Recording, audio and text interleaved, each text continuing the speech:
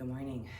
It's Thursday, and here we are ready to start our infographic project today. I'm excited about this. I'm excited to see what the kids are going to do with it. The first 15 minutes of all my classes today, we're going to go to the school library. Every 2 weeks or so, we go to the school library to check out books so that the students have chosen material to read during independent reading time in my class and in other classes as well. One of our librarians here is really skilled at helping students find books that, based on previous interests or based on previous books that they've read and liked, and their interests and genres that they may have explored in the past. She's really good at matching them with books that they might really enjoy this next time around. So when we have a library day right before we have a long break, I don't compel the students to check a book out because that can be kind of stressful to have a book at home for a long period of time. But I will make sure that they are actually reading during their library time. So their choices are, they can either be talking to the librarian about a book that they might like, they can be browsing the shelves, actively looking for a book, or they can be reading a book. Those are their three choices when we have library time.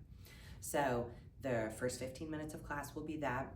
After that, we'll come back to the classroom and we will review the principles of design before we head into the actual creation of the infographic. Yesterday, I got all of the students into my classroom in the graphic creation platform that we will be using for creating our infographics today.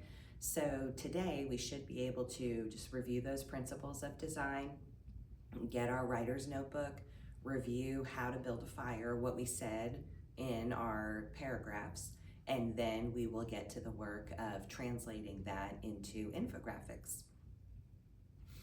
What I learned from my cohort members in my AR Teacher Fellowship, the Arts Integration Fellowship that I am part of here, is that there's two things that are really helpful when doing this particular kind of activity with students.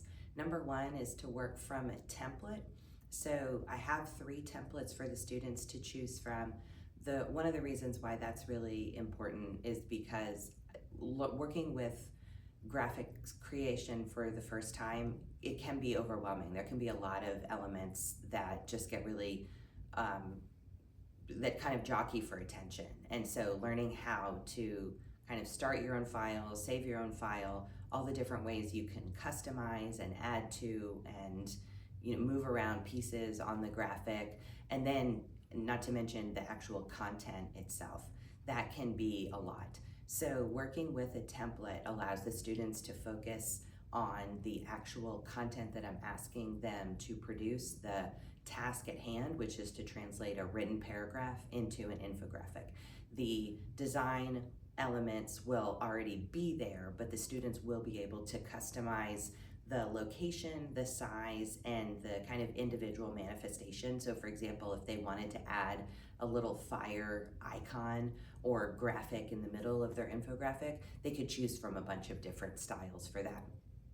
But that leads into the second recommendation, which is to make it time bound, because as all of us know who have worked with graphics or any sort of visual creation in the past, you can take the whole time just getting the perfect font and then never get to the meat and potatoes of the activity.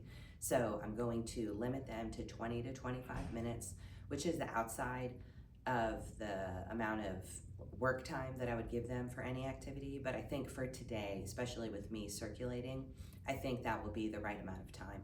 So in some classes, we may at that point have a few minutes left over. I kind of doubt it, but if we do, I have our read aloud chapter book ready, so we can fill in some extra time there at the end with our read aloud. And then tomorrow we'll be finishing any finishing touches that we may need in any classes and presenting to each other using the rubric to guide our assessments.